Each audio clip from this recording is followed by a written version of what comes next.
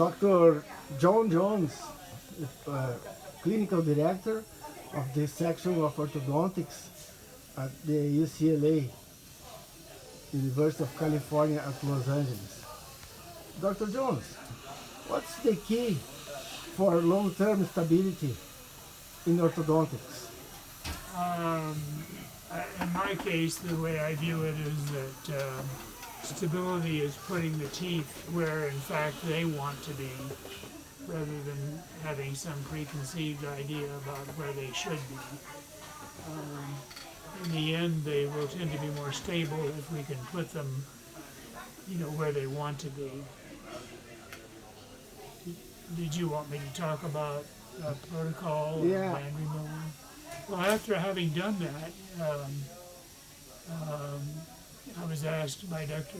Dedema what my debonding protocol is and how we handle stability. And so what I generally do is remove the bands, all the bands and brackets the same day.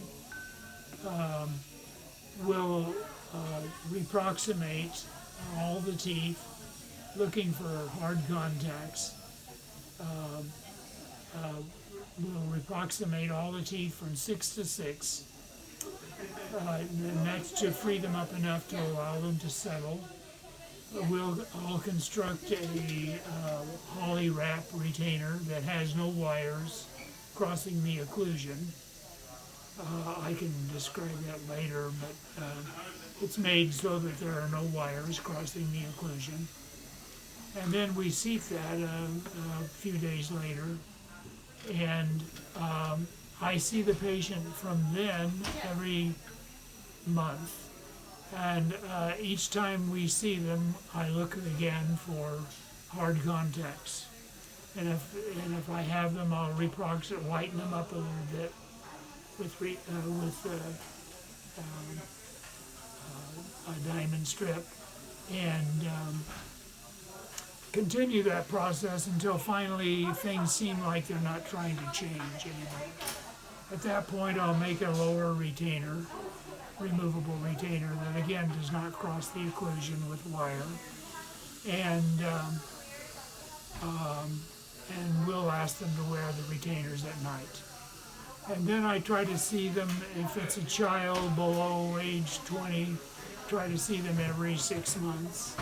If it's somebody who's past 25, we'll see them once a year. And the reason for that is that I explain to them that they're going to change with age. And unless we stay on top of that,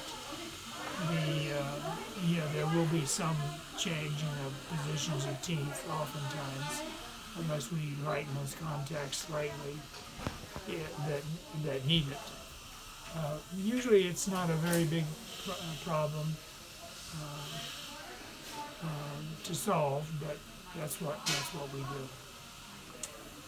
Thank you so much, Dr. John Jones from the Clinic of Orthodontics at the University of California in Los Angeles.